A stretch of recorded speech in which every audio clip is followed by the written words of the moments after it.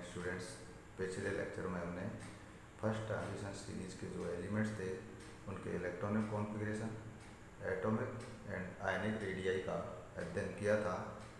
अब आगे इस लेक्चर में हम जो फर्स्ट ट्रांजिशन एलिमेंट्स हैं उनके आयनन विभवों के बारे में चर्चा करेंगे। तो सर्वप्रथम हम देखते हैं कि जो आयनन विभव है उसकी परिभाषा क्या है।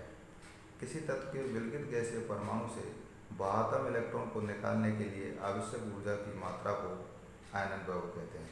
किसी तत्व के विलगित गैसीय परमाणु से जो उसका जो बाह्यतम इलेक्ट्रॉन है उसको निकालने के लिए जो रिक्वायर्ड एनर्जी है उसको क्या कहते हैं, आयनन विभव कहते हैं। प्रभावी नाभिक के आवेश तथा संयोजी इलेक्ट्रॉन के भेदन प्रभाव बढ़ने से एवं अर्धपूरित या पूर्ण पूरित विन्यास प्राप्त करने से आयनन ऊर्जा का मान बढ़ता है। तो कहने का मतलब यह कि यदि किसी परमाणु का या आयन का प्रभावी नाभिक के आवेश बढ़ता है, उसके इलेक्ट्रॉनों का जो भेदन प्रभाव है वो बढ़ता है तथा उसका अर्धपूरित या पूर्ण पूरित विन्यास होता है, तो उसके लिए जो आयनन विभव का मान है वो बढ़ता है। परमाणु त्रिज्या व परिरक्षण प्रभाव बढ़ने से आयनन विभव का मान घटता है। अगर किसी का जो है परमाणु त्रिज्या व परिरक्षण प्रभाव बढ़ते हैं तो उसका जो आयनन विभव है उसका मान जो है घटता है। कुछ अपवादों को छोड़कर आयनन विभव के मान प्रथम संकरण श्रेणी में बाएं से दाएं जाने पर धीरे धीरे बढ़ते हैं तथा आयनन विभव में यह वृद्धि अधिक नहीं होती है, क्योंकि इन तत्वों के प्रभावी नाभिक के आवेश तथा परमाणु त्रिज्या के मान में भी कम अंतर होता है।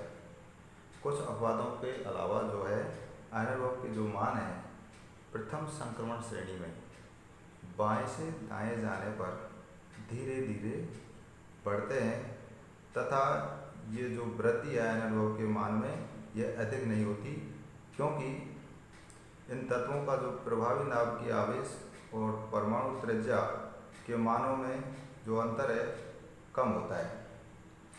संक्रमण तत्व परिवर्तनशील ऑक्सीकरण अवस्था प्रदर्शित करते हैं, इसलिए एक तत्व के लिए प्रथम आयनन विभव, द्वितीय आयनन विभव व तृतीय आयनन विभव आदि होते हैं। इन आयनन विभवों के मान परमाणु या आयन के इलेक्ट्रॉन विन्यास से निकलने वाले इलेक्ट्रॉन के स्थायित्व पर निर्भर करते हैं। इन जो आयनन विभवों के मान हैं वो परमाणु या आयन के इलेक्ट्रॉनिक विन्यास से निकलने वाले इलेक्ट्रॉन के स्थायित्व पर निर्भर करते हैं। तो आगे इन तत्वों के जो आयनन विभव के मान हैं वो इस सारणी में दर्शाए गए हैं। तो इस जो कॉलम है उसमें ये तत्व हैं scandium, titanium, vanadium, chromium, manganese, iron, cobalt, nickel, copper और जिंक। और इनका जो एटॉमिक स्टेट है उनमें इनके इलेक्ट्रॉनिक कॉन्फ़िगरेशन है। इनकी जो प्रथम आयनन विभव हैं उनके मान जो है किलो जूल पर मोल में दिए गए हैं। इस कॉलम में इनके जो +1 जो आयनिक स्टेट है उसमें ये इनके इलेक्ट्रॉनिक कॉन्फ़िगरेशन दिए गए हैं। इसमें इनके द्वितीय आयनन विभव के मान दिए गए हैं तथा +2 ऑक्सीडेशन स्टेट में इनके इलेक्ट्रॉनिक कॉन्फ़िगरेशन इस कॉलम में दिए गए हैं तथा जो इस कॉलम में जो है तृतीय आयनन विभव के मान हैं वो दर्शाए गए हैं। तो प्रथम संक्रमण श्रेणी के तत्वों के लिए प्रथम आयनन विभव के मान अधिक महत्वपूर्ण नहीं होते, क्योंकि +1 ऑक्सीडेशन स्टेट में केवल क्रोमियम और कॉपर ही यौगिकों का निर्माण करते हैं।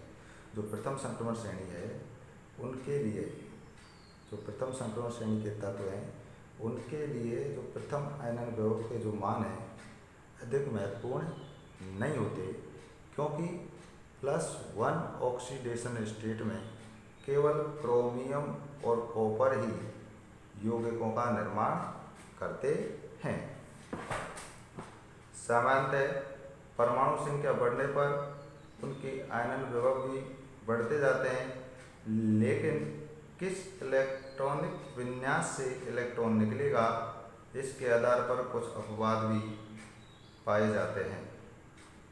क्रोमियम तथा कॉपर में प्रथम इलेक्ट्रॉन 4s1 विन्यास से निकलता है, जबकि शेष तत्वों में प्रथम इलेक्ट्रॉन 4s2 विन्यास से निकलता है। इसलिए क्रोमियम व कॉपर के प्रथम आयनन विभव के मान अपेक्षा से कम होते हैं। देखो, जो क्रोमियम है उसका जो इलेक्ट्रॉन जो विन्यास है वो 3d5 4s1 होता है। इसी प्रकार जो कॉपर है उसका इलेक्ट्रॉनिक विन्यास 3d10 4s1 होता है।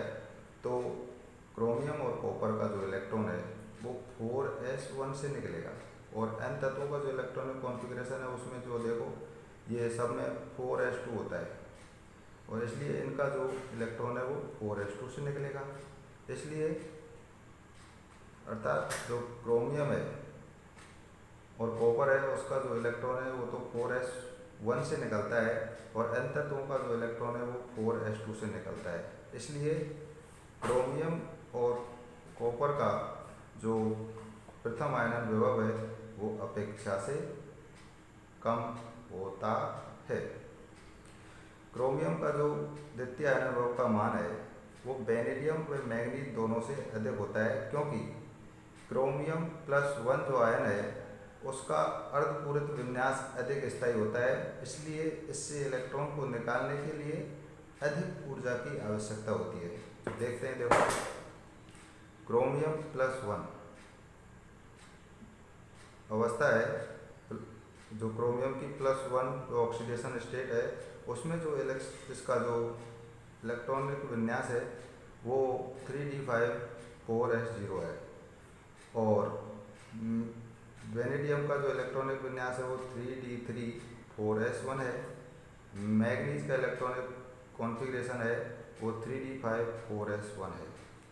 तो क्रोमियम जो है उससे जो +1 आयन है उसमें से अगर इलेक्ट्रॉन निकालते हैं तो जो ये इलेक्ट्रॉन है वो इस अर्धपूरित स्थायी विन्यास से निकलता है, अर्थात 3d5 से निकलता है, और इनका जो इलेक्ट्रॉन है वो 4s1 से निकलता है। इसलिए इस अर्धपूरित स्थायी विन्यास के कारण जो क्रोमियम है उसका जो द्वितीय आयनन विभव है, जो क्रोमियम है उसका +1 ऑक्सीडेशन स्टेट में जो है स्थायी अर्धपूरित स्थायी विन्यास है, स्थायी अर्धपूरित विन्यास होने की वजह से इसका जो द्वितीय आयनन विभव का मान है वो वेनेडियम और मैंगनीज से अधिक होता है। इसी प्रकार जो कॉपर है उसके द्वितीय आयनन विभव का मान निकेल व जिंक से अधिक होता है, क्योंकि कॉपर +1 का जो है पूर्ण पूरित स्थायी विन्यास होता है। इस प्रकार देखते हैं कि जो कॉपर है उसका +1 ऑक्सीडेशन स्टेट में जो इलेक्ट्रॉनिक कॉन्फ़िगरेशन है वो 3d10 4s0, निकेल का जो इलेक्ट्रॉनिक कॉन्फ़िगरेशन 3d8 4s1, और जिंक का जो है इलेक्ट्रॉनिक कॉन्फ़िगरेशन 3d10 4s1 है। तो जो कॉपर +1 से अगर इलेक्ट्रॉन निकालेंगे तो जो निकलने वाला इलेक्ट्रॉन है वो 3d10 जो है इससे निकलेगा, क्योंकि इसका जो इलेक्ट्रॉनिक कॉन्फ़िगरेशन 3d10 4s0 है। तो जो निकलने वाला इलेक्ट्रॉन है वो स्थायी पूर्ण पूरित विन्यास से निकलेगा। इसलिए इसका मान जो कॉपर है उसकी द्वितीय आयनन विभव का मान है वो निकेल और जिंक से अधिक होता है। रीजन क्या है? क्योंकि जो कॉपर का +1 आयन है उसका जो है पूर्ण पूरित स्थायी विन्यास होता है, इसलिए इससे जो इलेक्ट्रॉन को निकालने के लिए जो रिक्वायर्ड एनर्जी है वो अधिक होती है, और इस प्रकार इसका जो द्वितीय आयनन विभव का मान है वो निकेल और जिंक से अधिक होता है।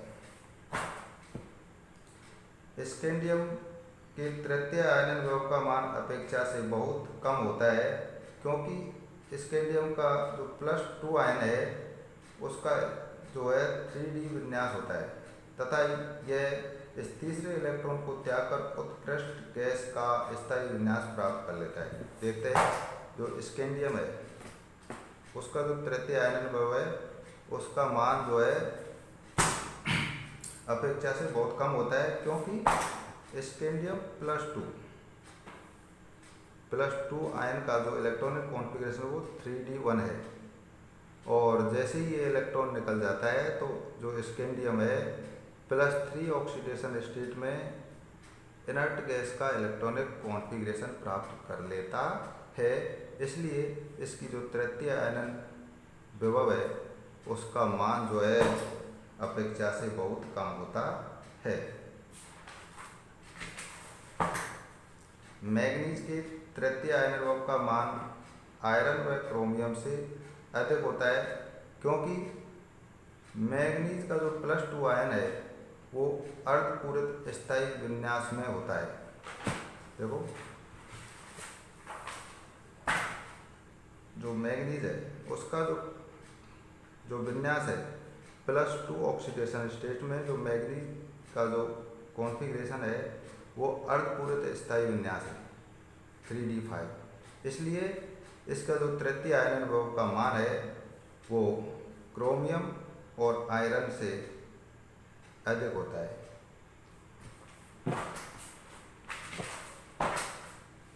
संपूर्ण तत्वों के आयनन विभव के मान उच्च होने के कारण ये आसानी से इलेक्ट्रॉन नहीं त्याग सकते, अतः ये कम धनविद्युती और दुर्बल अपचायक होते हैं।